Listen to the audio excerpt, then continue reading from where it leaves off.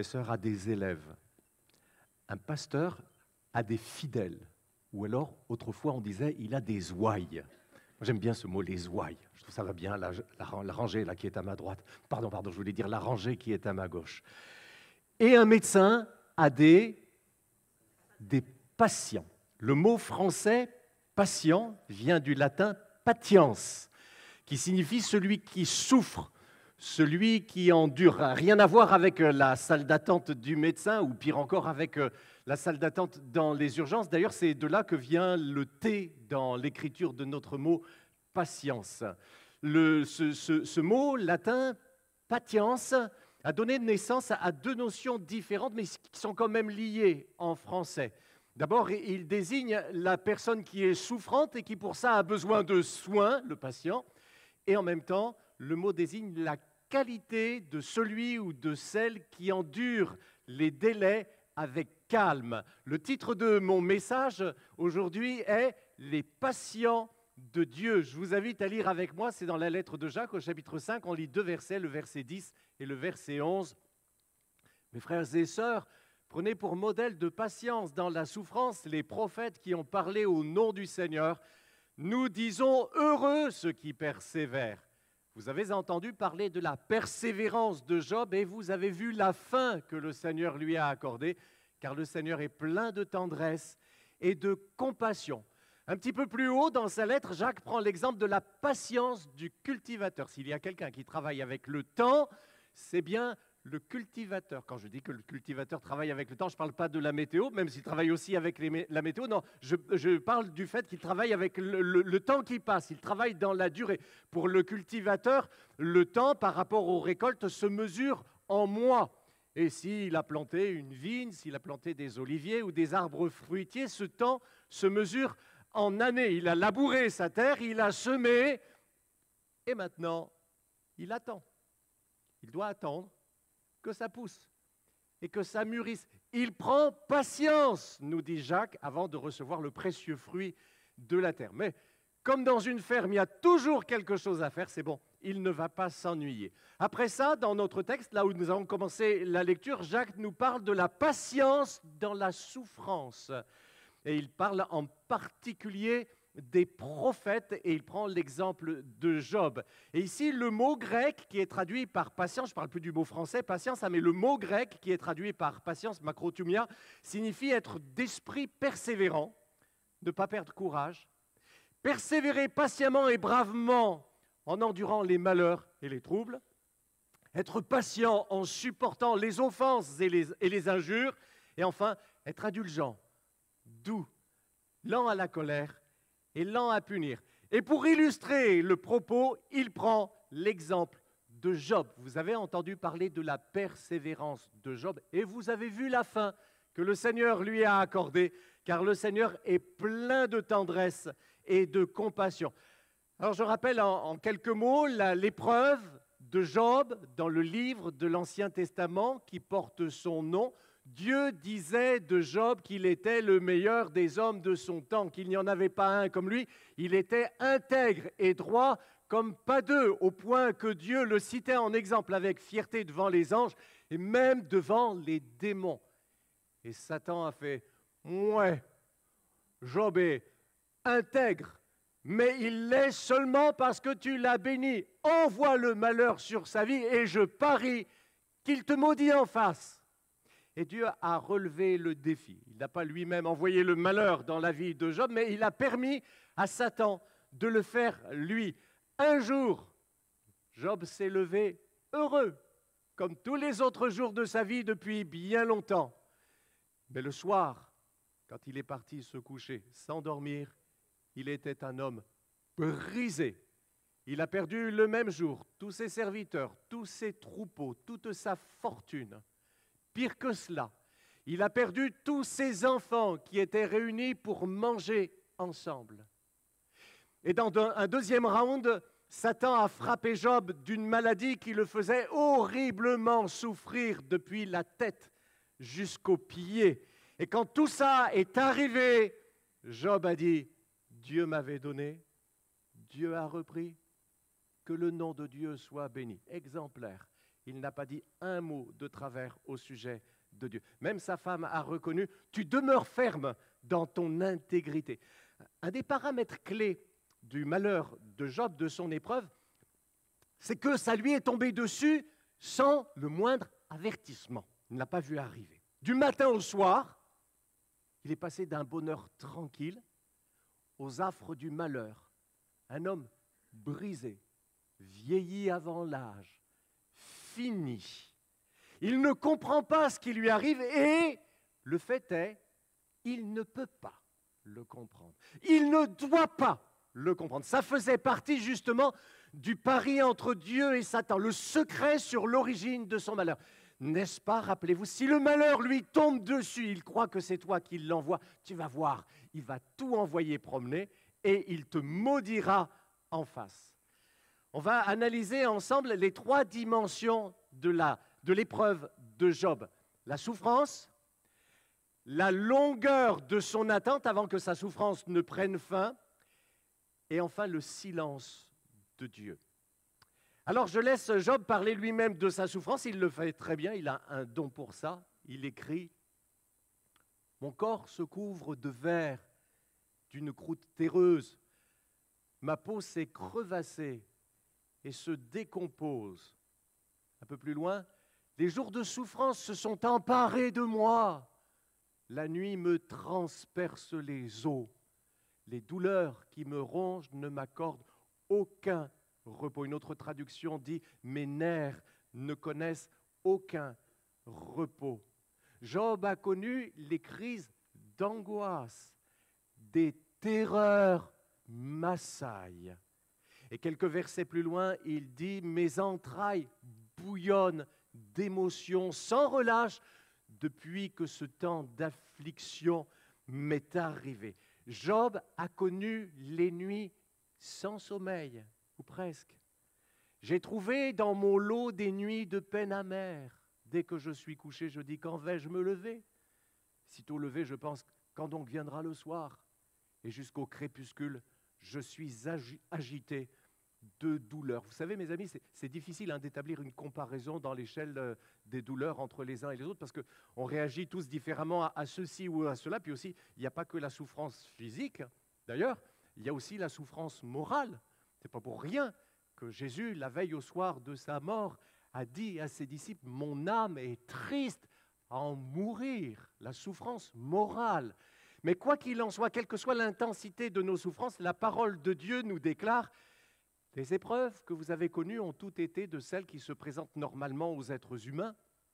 Dieu est fidèle à ses promesses et il ne permettra pas que vous soyez éprouvés au-delà de vos forces. Mais au moment où surviendra l'épreuve, il vous donnera la force de la supporter et ainsi le moyen d'en sortir. » La deuxième dimension de l'épreuve de Job a été la longueur de l'attente avant que celle-ci ne se termine. Une délivrance qui semblait ne devoir jamais arriver. C'est précisément d'ailleurs ce que Jacques relève au sujet de l'épreuve de Job, c'est le fait qu'elle lui a demandé de la persévérance, de la patience. Job a dit, j'ai reçu en partage des mois de déception. Ça a duré des mois. Il a traversé un long désert aride. Il était dans un tunnel qui lui semblait interminable, dont il a douté à un moment qu'il aurait une fin. Et comme Job, quand nous passons par une longue épreuve, il nous semble que notre vie aussi à nous a été comme stoppée. Que c'est comme si les aiguilles de la montre de notre existence avaient été mises à l'arrêt. Ça, c'est notre impression. Mais dans la réalité, elles font littéralement un bond en avant. Ce que nous ne réalisons pas, c'est que dans l'invisible, Dieu est en train de nous faire avancer plus vite que jamais. L'épreuve de l'attente. Quand vous espériez la délivrance pour demain, après-demain, dernier délai. La Bible dit, un espoir différé rend le cœur malade. Et un désir accompli est un arbre de vie. Ah, c'est sûr, si on connaissait à l'avance le terme de notre épreuve, franchement, ce serait plus facile. On se blinderait pour 1 mois, pour 6 mois, pour 1 an, même pour 10 ans. On saurait que ça va avoir une fin, on se mettrait en quelque sorte en pause. dit, je tiens bon, j'attends que ça passe. On se mettrait en mode veille. On ferait un petit peu comme l'ours qui hiberne en attendant que passe l'hiver. Mais il arrive dans nos épreuves qu'alors que nous espérons la délivrance, souvent que nous l'espérons d'une manière imminente, elle soit sans cesse repoussée. Pire encore, alors que nous attendions une amélioration, viennent plus de souffrances et plus d'incompréhension. Et là, notre cœur en est malade.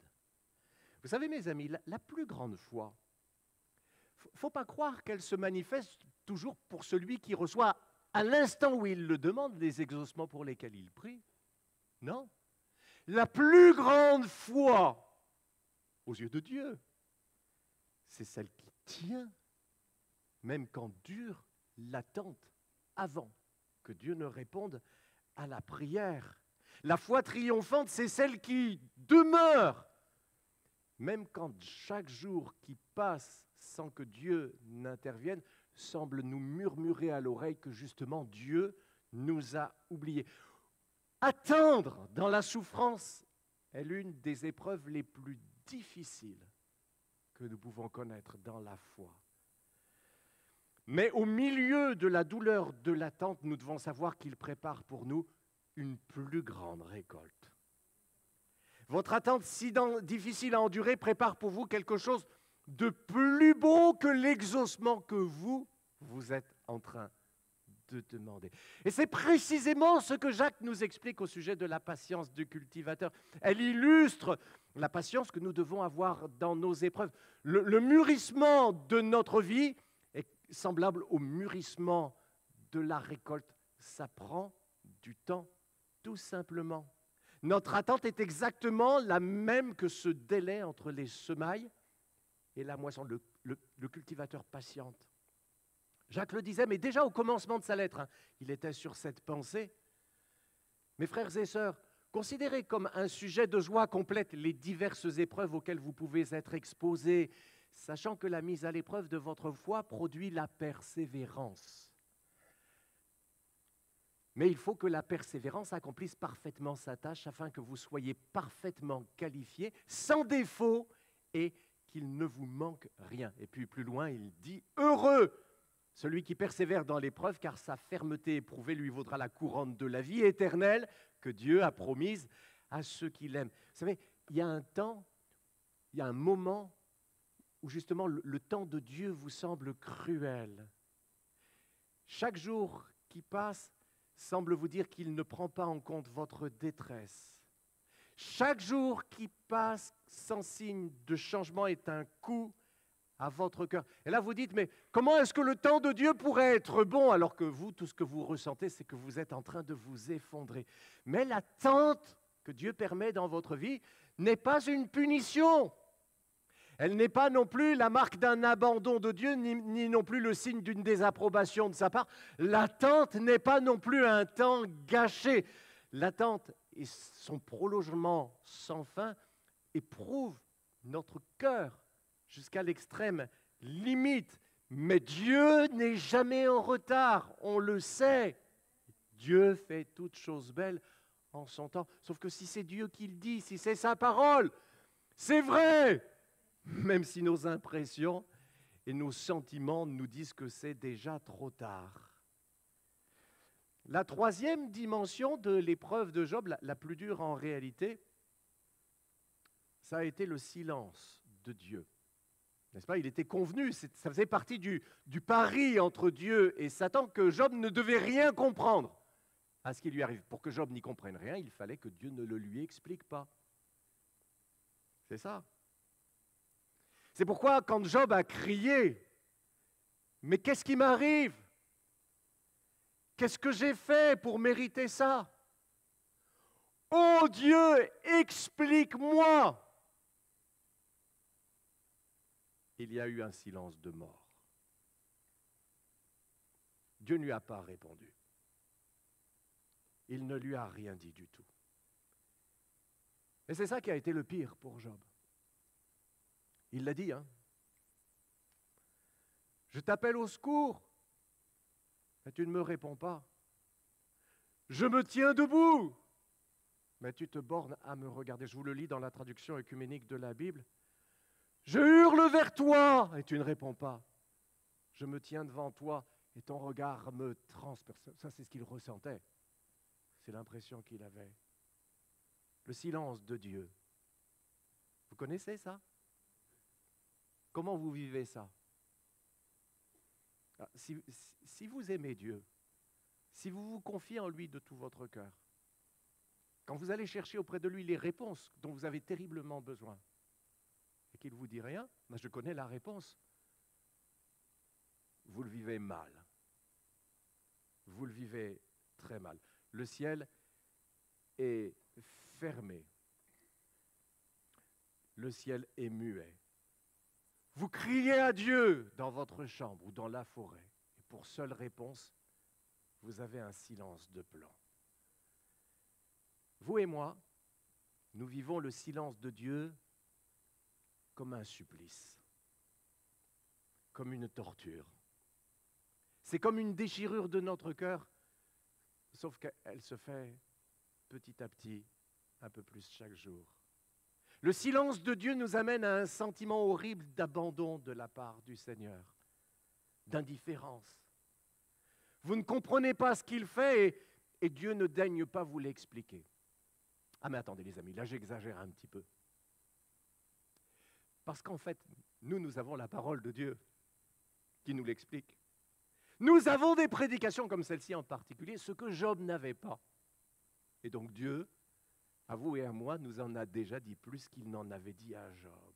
Courage! Son silence n'est pas indifférence. Non seulement il nous entend, mais il reçoit nos cris. Même si il n'y répond pas, il n'y répond pas tout de suite. Quelqu'un a dit, lorsque Dieu garde le silence, c'est qu'il vous prépare à une réponse que vous n'êtes pas encore prêt à recevoir. Ce qui est le plus difficile, mes amis, c'est quand il y a à la fois la souffrance, l'attente et le silence de Dieu. Là, c'est la totale. Quand les trois dimensions de l'épreuve se conjuguent ensemble, c'est ce qui est arrivé à Job.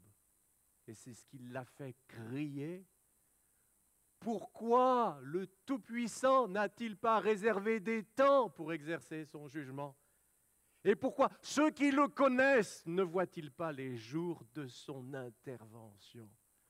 Comme chantait la famille Harbour, c'était il y a quelques années déjà, « Seigneur, je ne comprends pas, mais je m'incline devant un mystère où se perd ma raison. Je crois en toi, je crois en ta bonté, ta sagesse est divine. Seigneur, je comprendrai là-haut, à la maison. Tu n'es pas sourd aux cris de l'âme en peine, ton silence n'est pas indifférence. Pour le cœur angoissé, ta réponse est certaine, même quand elle n'est pas ce qu'il attend. Pour que ta volonté m'apparaisse plus douce, je viens contempler l'amour de la croix. Seigneur, dans mon épreuve, rends-moi triomphant. Sans tout comprendre, à tes pieds je m'incline. Il y a un moment où certains enfants de Dieu, peut-être toi, pas tous, mais peut-être toi, se retrouvent comme immergés dans la souffrance. Jésus a parlé de ça quand il a dit « Il y a un baptême dont je dois être baptisé. Celui-là, il me tarde qu'il soit accompli. » Quel baptême? Jésus a été littéralement plongé, pas dans l'eau, plongé dans la souffrance à la croix. Et même lui, quand ça lui est arrivé, il a crié, notre Seigneur, « Mon Dieu, pourquoi m'as-tu abandonné? » Mais courage! Le silence de Dieu n'est pas indifférence. Il nous voit. Il nous regarde avec bonté et compassion. Il est merveilleux. Il peine de nous voir souffrir. Comme dit le proverbe, en toute chose, il faut considérer la fin. Vous avez entendu parler de la persévérance de Job et vous avez vu la fin que le Seigneur lui a accordée, car le Seigneur est plein de tendresse et de compassion. Tous les tunnels ont une fin. Bon, se déshomme pas toujours, il y en a il n'y a plus d'argent dans les caisses, donc on va se taper contre le mur. Mais tous les tunnels de Dieu ont une fin, ça c'est sûr. Et à la fin de ces longs mois de souffrance dont Job a parlé, Dieu s'est manifesté à lui. Avant la fin de son épreuve, déjà, ça a été la fin du silence. Dieu lui a parlé. Ah, Dieu ne lui a rien dit sur le pari au début entre Satan et lui. Dieu ne lui a donné aucune explication sur son épreuve, sur ses souffrances.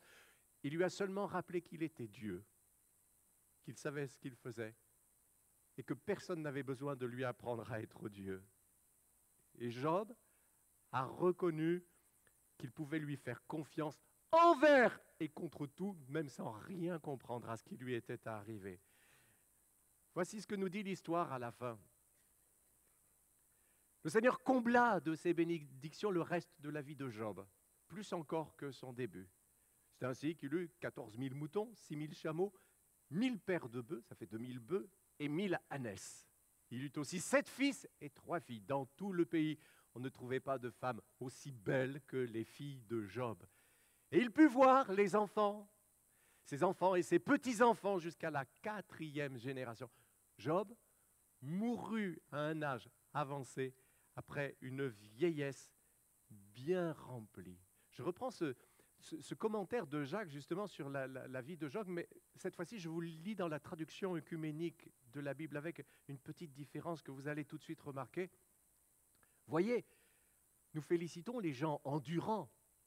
Vous avez entendu l'histoire de l'endurance de Job et vous avez vu le but du Seigneur. Parce que le Seigneur a beaucoup de cœur et montre de la pitié. Est-ce que vous avez remarqué? Ici, la traduction œcuménique de la Bible traduit non pas « et vous avez vu la fin que le Seigneur lui a accordée », mais « vous avez vu le but du Seigneur ». Sous-entendu, le but du Seigneur à travers l'épreuve qu'il permettait. Et en effet, le mot grec qu'utilise Jacques ici, le mot « télos », signifie à la fois la fin de quelque chose et en même temps le but de quelque chose. Il y a la fin de l'épreuve, mais il y a aussi le but de l'épreuve. Le but de Dieu, ce n'était pas simplement de mettre un terme à l'épreuve de Job, parce qu'entre nous, si c'était que ça, il n'y avait qu'à ne pas permettre l'épreuve de Job, parce qu'entre nous, qu'est-ce que Dieu en a à faire de l'opinion de Satan? Rien du tout. Dieu sait très bien que ces accusations cyniques comme quoi Job ne sert Dieu et n'est intègre que par intérêt, il sait très bien que c'est du pipeau, que c'est du mensonge. Le but de Dieu, le plus important en fait, c'était d'amener Job à un degré supérieur de perfection dans sa vie de croyant. Ça, Job l'a dit à un moment, sans se rendre compte probablement à quel point il prophétisait. Quand il m'aura mis à l'épreuve, je sortirai pur comme l'or. Vous entendez, mes amis? Pur comme l'or. La traversée de ce tunnel dont on ne voit jamais le bout, dont on finit par douter qu'il existe même ce bout, détruit notre besoin de contrôle sur les événements de notre vie. Le silence de Dieu nous dépouille de tout ce sur quoi nous voulons avoir une prise. Et c'est alors que nous sommes amenés, malgré nous, mais en réalité, à un niveau supérieur de foi, une foi éprouvée, une foi rendue parfaite, une foi qui accepte la volonté de Dieu, quelle qu'elle soit, une foi qui ne s'appuie ni sur ce qu'elle voit, ni sur ce qu'elle entend, mais qui s'appuie sur Dieu seul, au-delà du malheur et de l'incompréhension, pure comme l'or. Eh oui, Job, tu as bien vu, Dieu se sert pour notre bien de l'attente, de la souffrance qu'elle produit. Alors il travaille dans notre vie des domaines dont nous n'avions même pas idée qu'ils avaient besoin d'être travaillés. Mais il le fait, il les touche.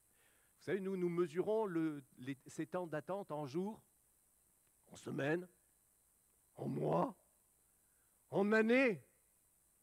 mais Dieu les mesure en transformation dans notre vie.